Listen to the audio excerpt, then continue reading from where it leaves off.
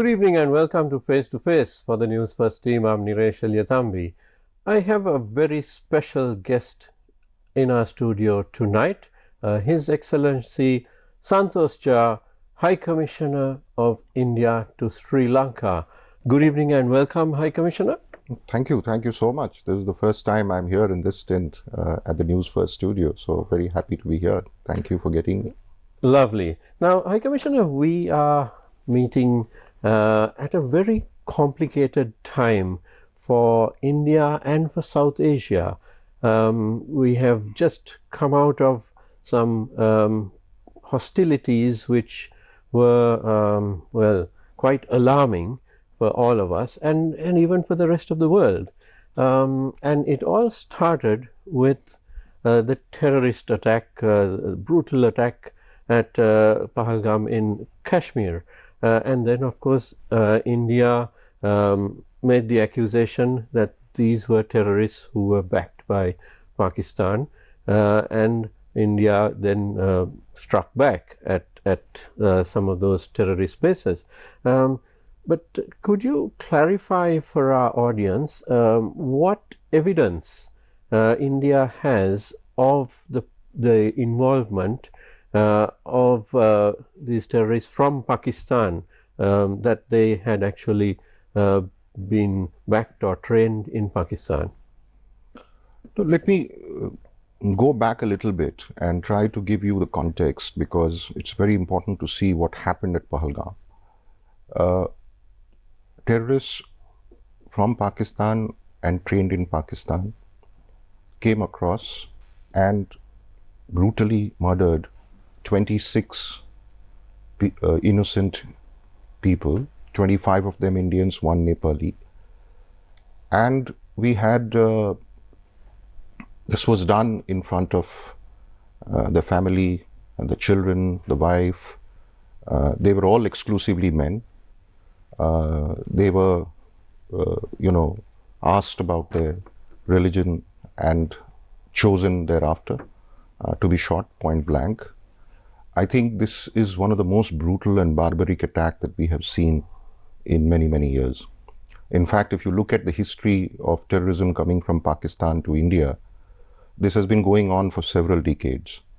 But even by that standard, this was the biggest civilian attack since the Mumbai attacks on 26 November 2008. So this was really very, very brutal and barbaric and absolutely inhuman. If you look at what the intent behind this was, it was to sow communal discord in India. And then there was also to disrupt the normalcy that had come to the Union territory of Jammu and Kashmir. Just to give you a sense of how much normalcy had returned and how economic activity was resurgent, 23 million tourists had visited Jammu and Kashmir in 2024. That's a very large number. Absolutely. And this is in a tourist destination, attacking the tourists.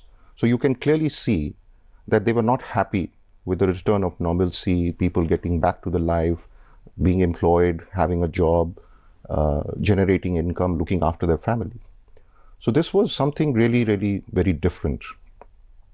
We have had a pattern of this over the years, where Pakistan perpetrates these attacks on us as a part of its foreign policy, state policy, and then denies it under the nuclear umbrella. So if you look at basically they use the nuclear blackmail. And it was important for a country where, you have your citizens being so barbarically killed. How does the government of that country protect? And this happens over a period of time. We've had many attacks and we have been acting with restraint, taking recourse to diplomatic efforts, etc. But unfortunately, that has not deterred the Pakistanis from continuing with their activity. Now, with regard to evidence and we of course investigated this attack, and the investigations indicated very clearly that the roots of this were going into Pakistan, and not just to Pakistan, to the Pakistan's armed forces. as has been the pattern in the past. And also, if you look at, we had eyewitness accounts, ear witness accounts, we had, of course, various types of intelligence inputs, etc. And all this indicated that clearly they were implicated in this.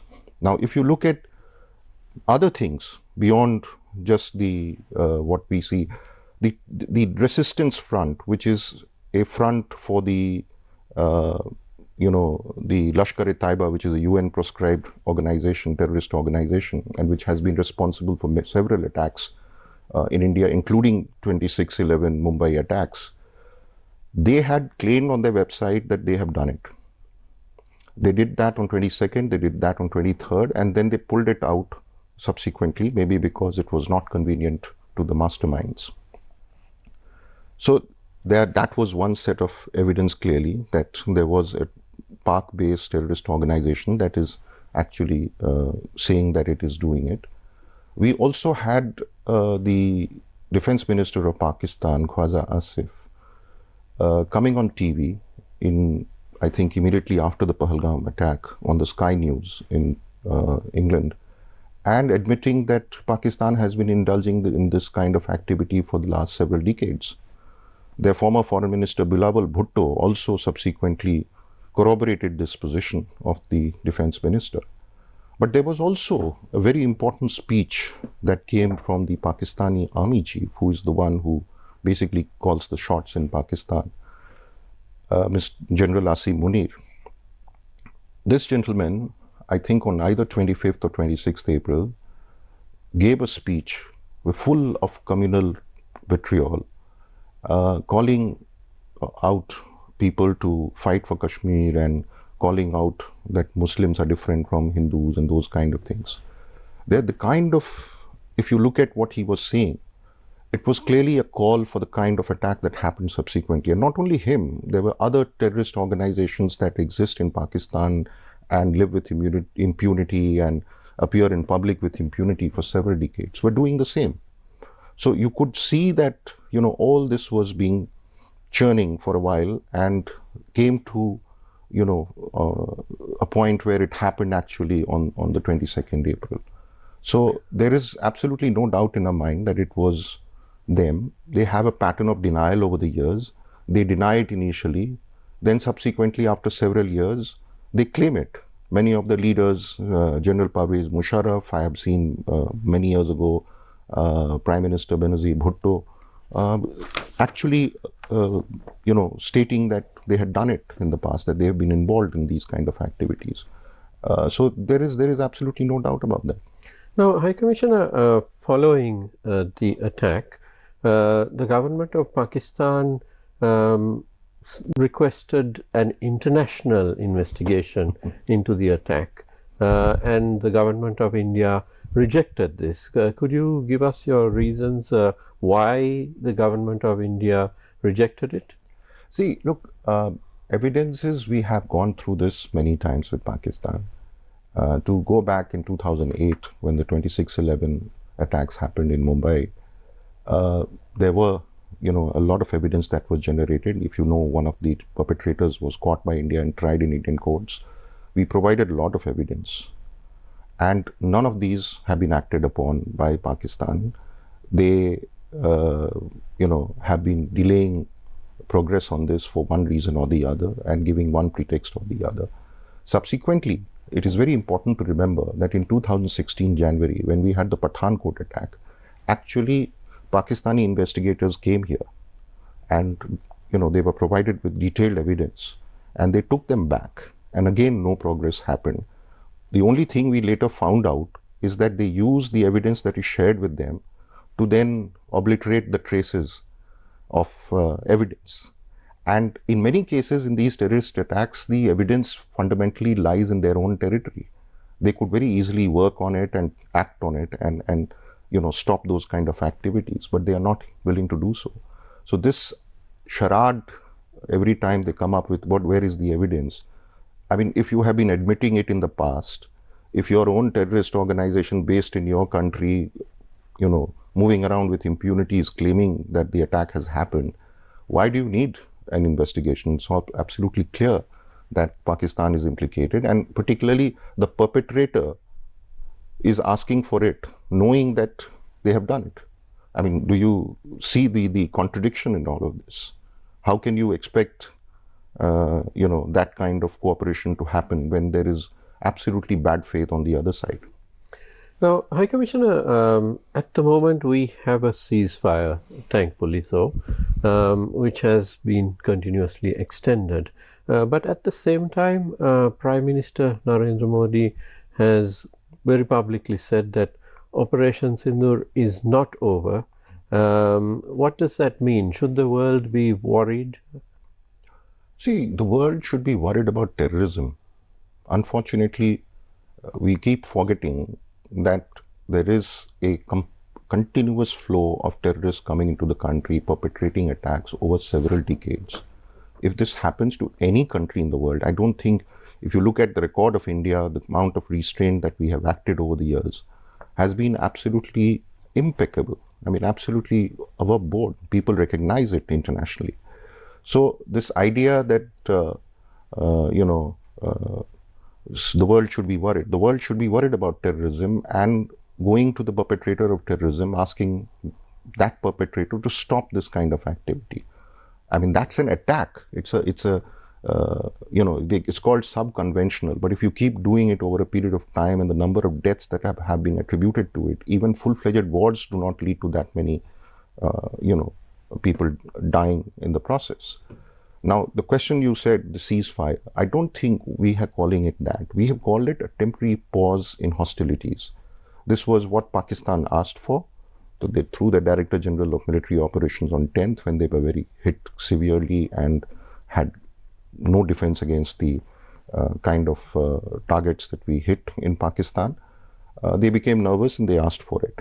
So we had already on the 7th May, 6th and 7th night, that particular morning of the 7th, we had hit 9 terrorist targets. We had subsequently gone and hit their air bases and their military installations, as well as the air strips, etc.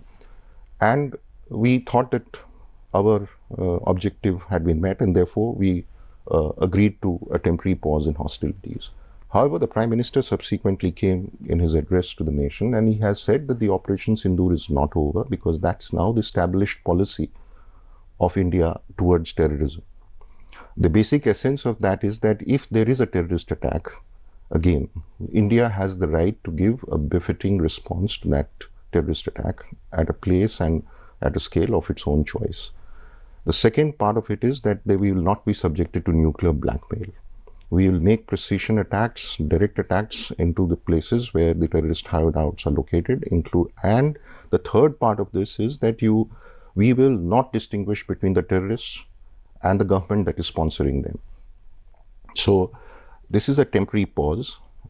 We are basically saying that if Pakistan stops terrorism, does not continue the kind of activity that they have been undertaking in the past decades, then we may have a better outcome. But if there is, to the contrary, a different kind of an action from their side, then there will be a response that will be befitting. Now, High Commissioner, you mentioned the nuclear situation, and this is something whenever we see an India-Pakistan story, we are reminded that both countries are armed with nuclear weapons. Having said that, neither country actually threatens each other with, full obliteration with nuclear weapons, which is, we're very thankful for that. But what is the exact situation with regards to the control of the nuclear weapons and the safeguards to prevent their use or the situation from getting out of hand to the point where one government might contemplate their use? You see, this equivalence that you are drawing in this question is something that I would, dispute. India's record on the nuclear question has been impeccable. It's globally recognized. As you know, India is allowed to undertake civil nuclear cooperation and also carry on with its military program. Pakistan's record has been completely to the contrary. It has been the #1 proliferator.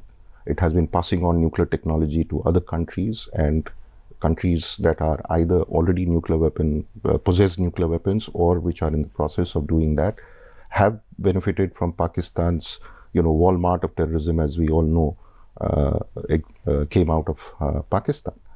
So that equivalence I would like you to not have, that the behavior of one country and the other is not the same. Number one. Number two, you said that neither country talks about nuclear blackmail and obliterating the other. Pakistan does it with impunity all the time. They did it this time also. They've been telling the whole world they want to raise this nuclear bogey that, there is these are two nuclear powers. That is what gives them the sense of equivalence with India. And they try to use it to create a kind of a scare. And under that cover, they have been perpetrating these attacks on India.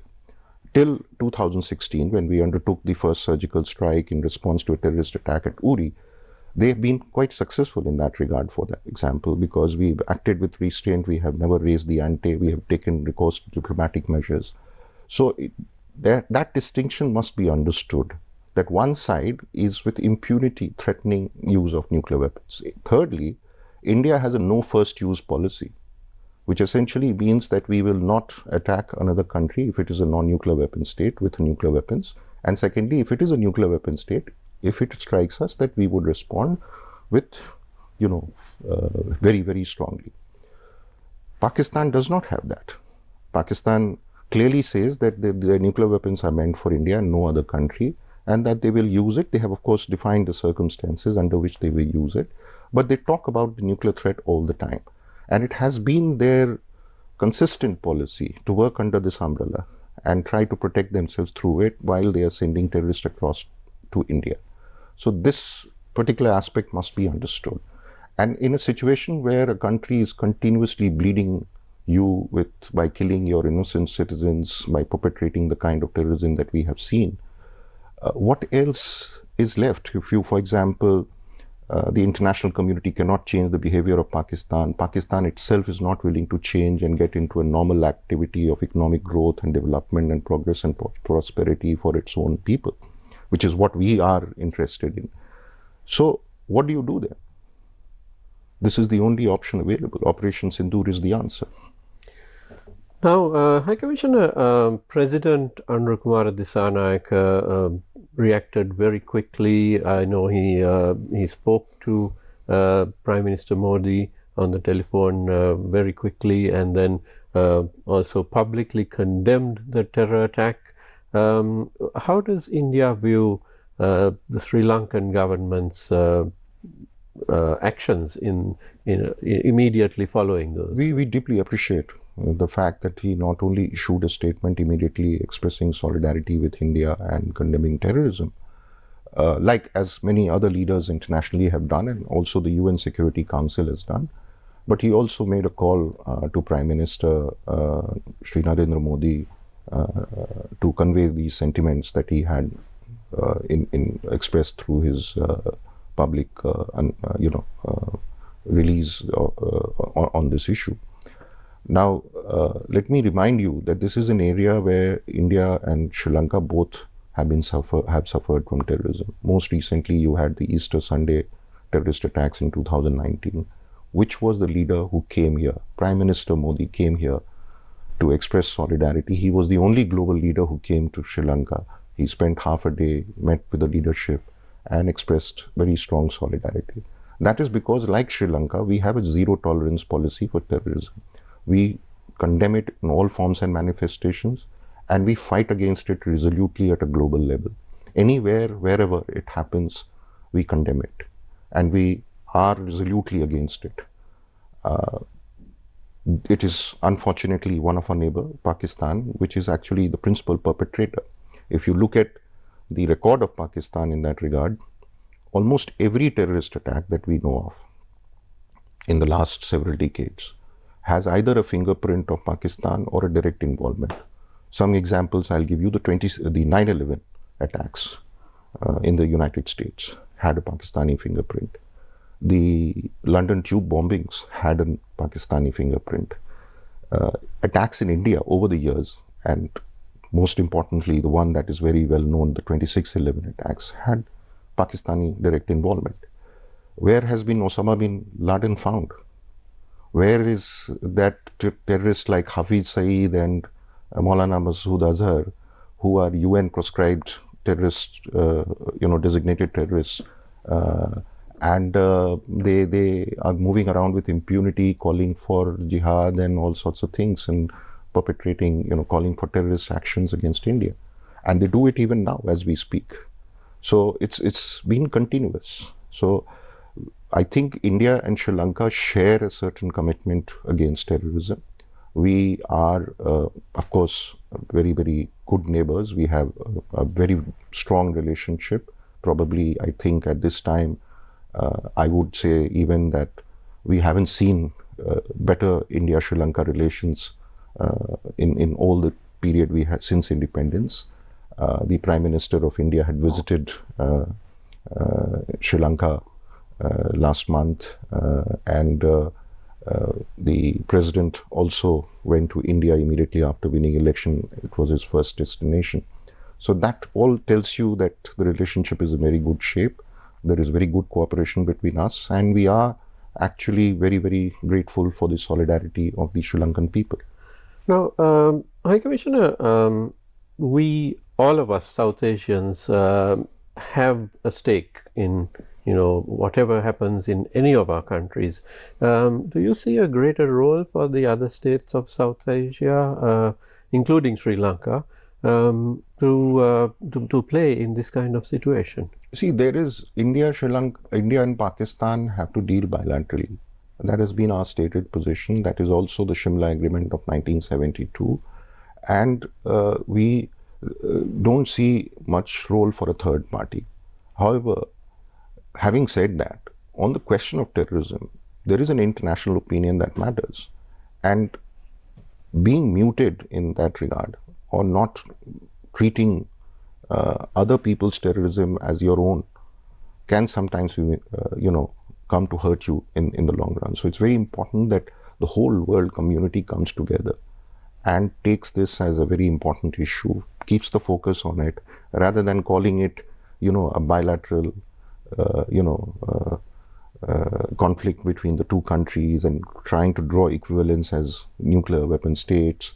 I mean, not giving, any value to the fact that the record of the two countries are different, their national goals are different, that one is the suffering from terrorism, the other is perpetrating it, and also sometimes crying about being victim of it.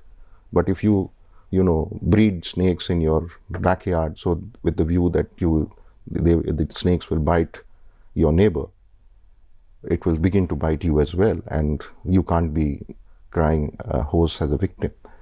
This is what actually the Secretary of State, the former Secretary of State of the United States, Hillary Clinton, had said about Pakistan. So that is something that we need to remember. Absolutely. Interesting thoughts indeed. We need to take a short commercial break. I am in conversation with His Excellency Santosh Jha, High Commissioner of India to Sri Lanka. Don't go away, we'll be right back.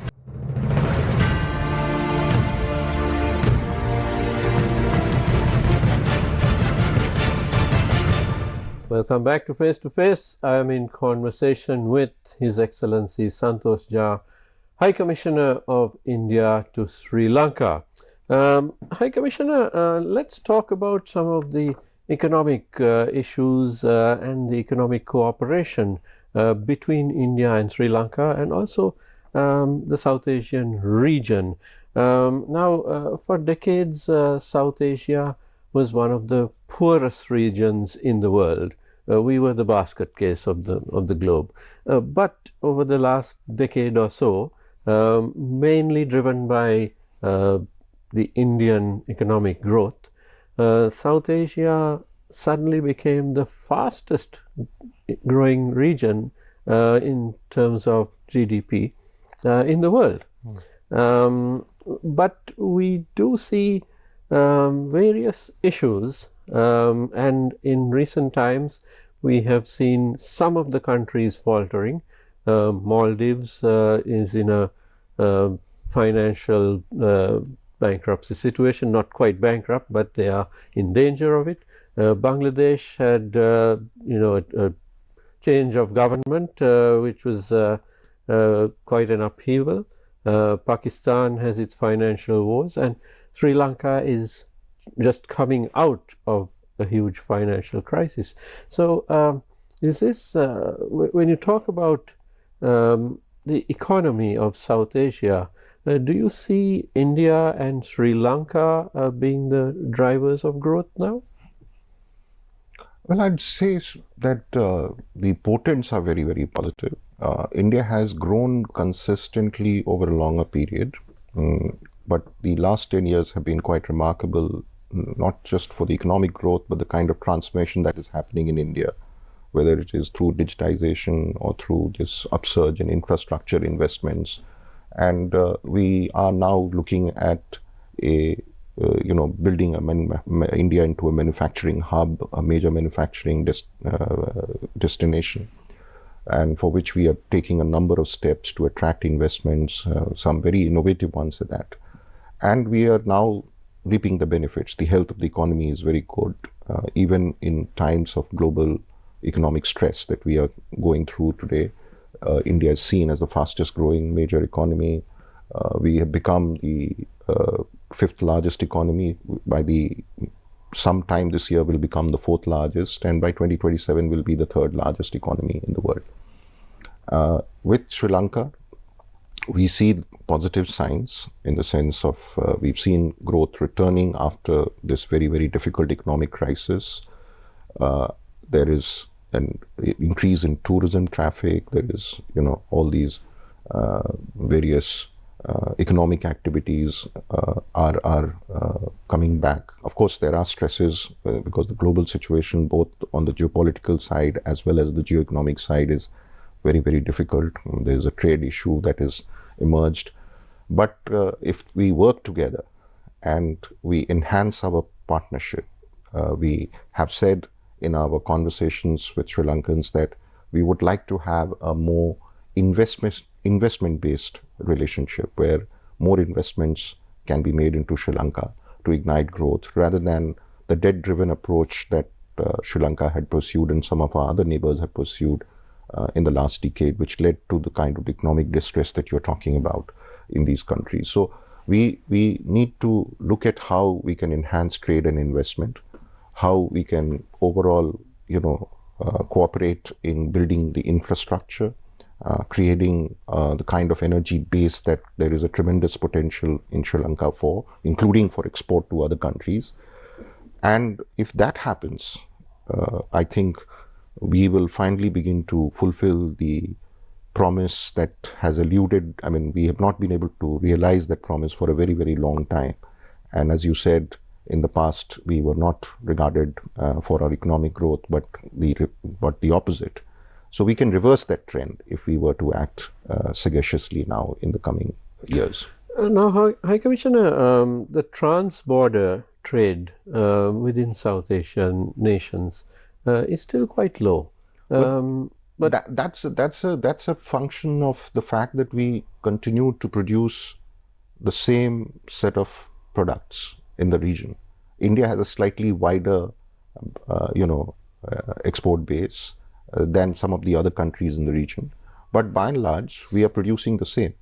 So we are, in fact, competitors in some ways for that very narrow range of products that we have in our region.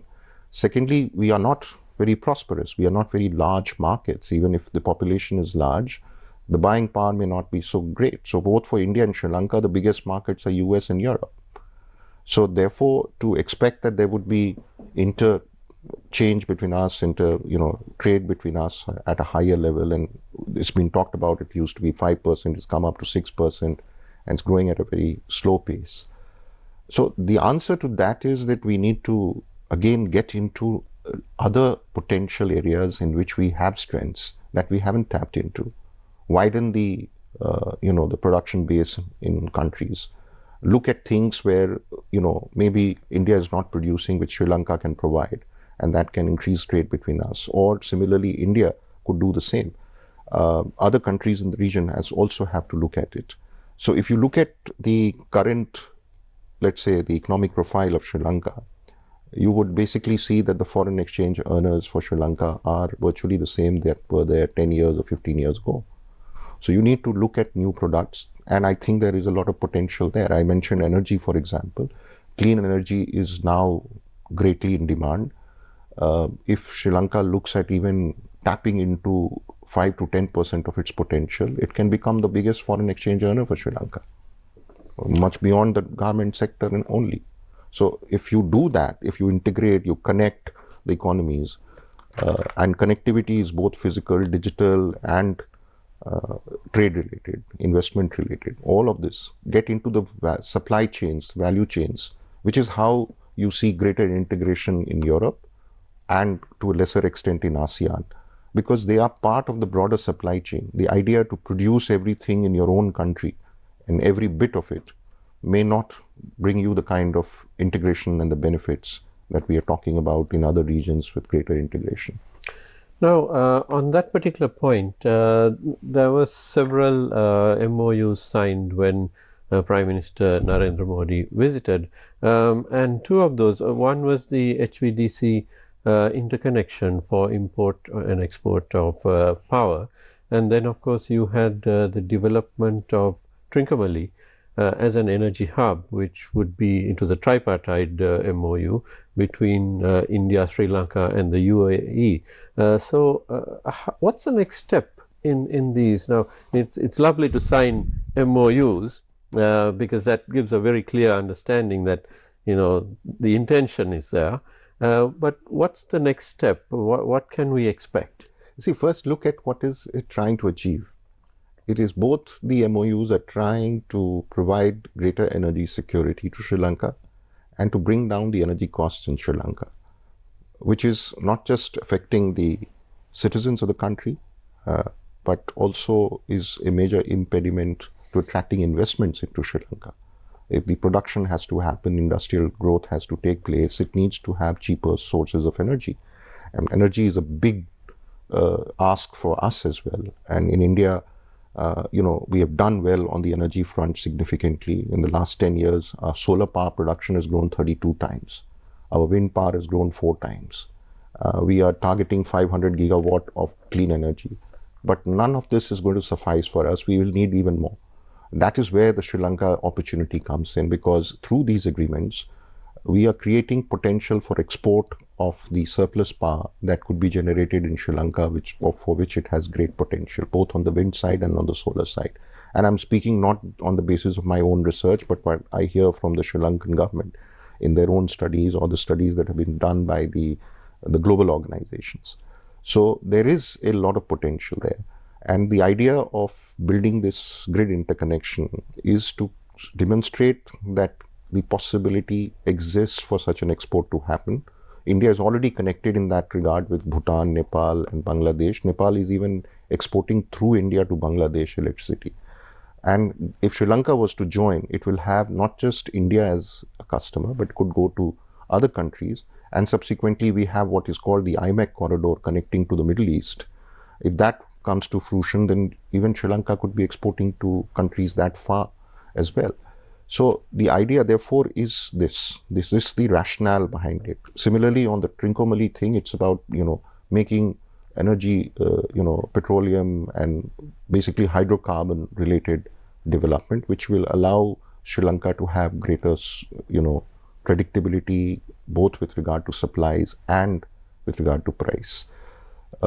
Now, what we are now planning to do is that we would be under these two MOUs, we have these joint mechanisms that have to meet and decide on the modalities, both of the technical modalities, but also on the financial ways in which we would want to do it. Our interest is to do it on an investment base. As I mentioned, this is the new approach that both Sri Lankan government is following and we are interested in following. So therefore, the idea is to do it through that private investment, foreign investment, essentially not, transferring the burden to the exchequer or to the people, the taxpayers in the country, which happens when you are taking a loan to implement these kind of projects. But these are very fundamentally transformative projects. We have seen in India the impact of this energy upsurge that I spoke about. And we want to bring that experience to Sri Lanka to provide that, stimulus for the growth of economy that Sri Lanka is seeking. Interesting. A few of the other MOUs that were signed, the one regarding digitalization, what exactly, or broadly speaking, would that entail? Because President Anurakumara Dissanayake has repeatedly said that Sri Lanka needs to digitalize very fast because we are quite a few years behind India and behind the rest of the world. So what exactly would it entail according to the MOU and the thoughts behind it? I mean, you just not be limited to the MOU, but the broader context is that India and Sri Lanka are working together right now to introduce a unique digital identity number for Sri Lankans. That is an Indian grant project that will be implemented with Indian money. And, once this project is implemented, you will have the basic, infrastructure for the digitization that you are seeking to be expanded at different levels, very similar to what has happened in India. As you know, India, this is called the Aadhaar in India, which is basically the foundation. And on top of it, the many new innovations have happened. What really the digitization MOU seeks to do is to work on the entire range of digitization possibilities and sharing of experience from India, providing technical support to have the same or similar kind of, rollout in Sri Lanka and bring the kind of transformation that we have witnessed. I've often said that there are three types of changes that it has brought about, digitization. First is that we have the social safety net. India is the only low middle income country in the world that is able to deliver the kind of social safety nets with such efficiency and complete transparency to vast populations. We provide 450 million people cash grants, 850 million people food rations every month. We give free medical insurance cover to 500 million people. It's targeted, it goes directly into the bank account of the people. The second thing that it does is that it then improves the government delivery of services, whether it is the tax system, which is now very transparent, cashless, faceless, and very much transparent, or if it is, other kinds of services that government is rendering, paying your taxes, paying your utility bills, it becomes so much easier. Banking services, even in the commercial sector. And the third part of it is where I think this is something that comes on the top, like the icing on the cake. The young people have used this entire fundamental basis that we have created for digitization to then develop applications on top of it and generate economic activity through startups that we have now in India. We have something like 130,000 startups, of which a good number, about a fair number of them are billion-dollar entities now. They're called unicorns. So this now has meant that the young people have become job providers, job creators from job seekers. So, and of course the economic activity that it entails. So if you look at the digital financial transactions in India today, almost 50% of all the digital financial transactions that happen in the world every day happens in India.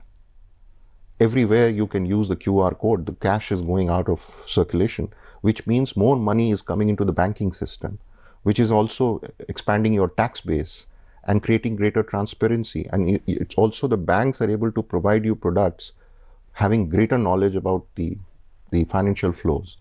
And so therefore, if somebody wants to expand their, business or something, it's much easier to now get a loan or to invest in stocks because of all of this. And, you got to go to India to see how it operates, to be able to understand it, because no amount of word that I can explain in that will convince you of the kind of transformation that we have witnessed. And we are a global leader in this. There is interest in developed countries. I was the ambassador to the European Union, and they would constantly come to me to ask me about the experiences in this regard. Interesting, and we hope that that will bear fruit very quickly. A slightly more controversial MOU was on defense cooperation, which of course Sri Lankans tend to view when you talk about defense and military. Sri Lankans do view it with a little bit of suspicion, and this was spoken of in Parliament and so on. Could you expand on this and perhaps shed some light on it? I think the Sri Lankan government has already spoken on it, and President himself has explained it in many of his public remarks. And it is first a memorandum of understanding for defense cooperation. It basically encompasses the existing areas in which we have been cooperating, whether it is training, joint exercises, port calls, visits of leadership on the defense side, regular dialogue on defense matters, equipment cooperation, whether it is on production side or on supply side, providing soft assistance for creating infrastructure for the military that is needed, all those kind of things. So there is nothing really, and these are all, it is an enabling framework. The MOUs are not legally binding. There is nothing obligatory. These are areas of cooperation that are outlined, are to be done through mutual consultation and mutual agreement. There is no obligation or a kind of a mandate that this will be done this way or that way. So I don't see any reason for anybody to be objecting to it. What you are doing is that you have created an MOU, created a framework of the existing areas of the cooperation to make it much easier to implement them. Both sides exactly know now openly and clearly that these are the possibilities of cooperation between us, and depending on the desire of either side and based on the concurrence of the other, we can undertake those activities. But there is nothing that we are not doing now already that is in the MOU. So there is, it's all the current thing brought into one place, creating an enabling and facilitating framework. Right. Another MOU was on the Eastern Province, Multissectoral Grant Assistance. What does that mean? Because it's a very broad area. We have actually done this in the plantation regions earlier, when in 2023, the 200th year of the coming of the Indian origin Tamils came here. The Prime Minister had announced this special package for the plantation communities, and it worked very well in that. I mean, it's now getting implemented. A few projects have been implemented, more needs to be implemented. And that framework we have taken to the Eastern Province also, and maybe gradually we'll take it to the others. It allows for a comprehensive kind of an umbrella arrangement where we commit a certain amount of money, and then the Sri Lankan government can identify smaller projects to implement using that money that has been made available. So these are all livelihood assistance projects. It could be in the education, the health sector. It could be in the energy sector. Small, a little bit of a small unit of solar, equipment can be installed. Providing sometimes even, sports items or educational items, etc. So there could be it's up to your imagination, up to the local governments in this country, and the different departments in the government of Sri Lanka to decide what they want to do with this money. But it's been dedicated for the Eastern Province for certain types of developmental activities, which are small but very effective in terms of impact, because it really helps the people at the lower end of the chain, so to say.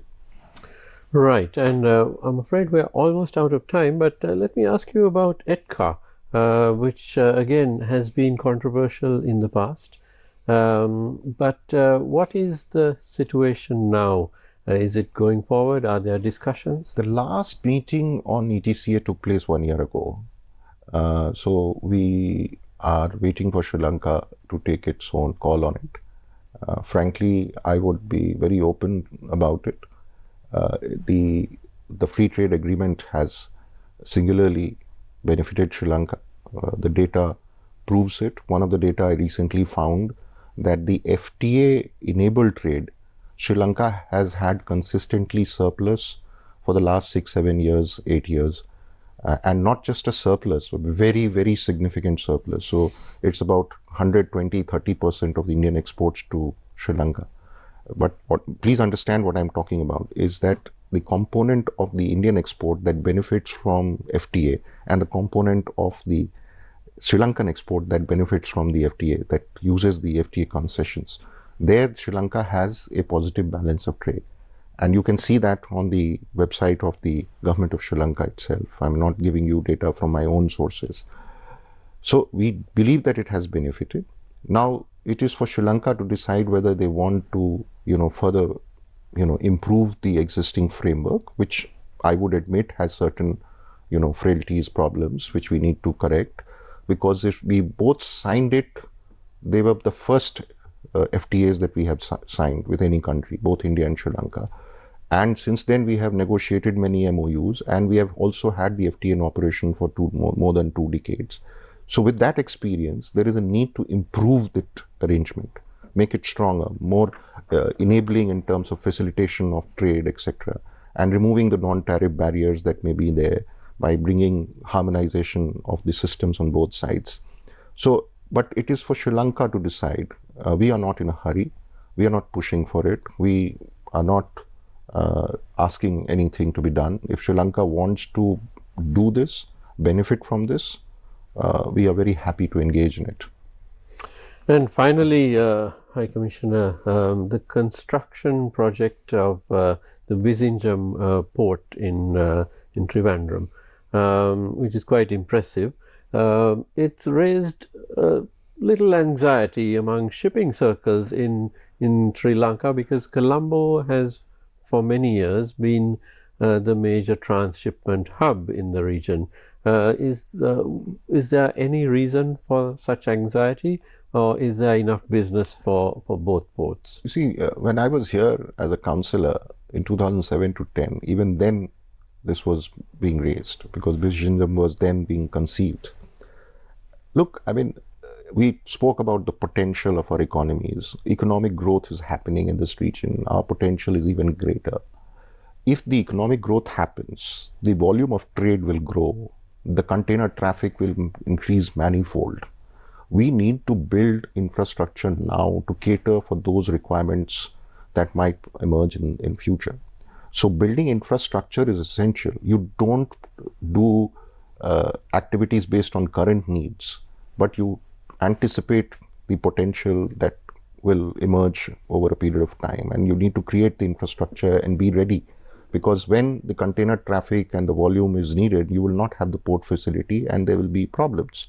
So I don't think this kind of apprehension is justified, because if the volume of traffic is going to grow, we will probably need to make many more of these kind of ports in the coming decade to be able to, be able to undertake the kind of activities that we envisage that will come with economic growth. And if we are the fastest growing economy, we should be also the fastest growing port operators. And so capacity must grow in Sri Lanka as well as in India. And it should not trouble anybody, because there will be enough for everybody to make money out of it. That's quite a relief, I'm sure, to our shipping circles to hear. High Commissioner Santosh Jha, it's been a pleasure. Thank you very much for being with us this evening. Thank you. Thank you. It's a real pleasure also for me. Thank you. Thank you very much to you at home for watching. Don't go away, because the news is coming up next. Have a great evening.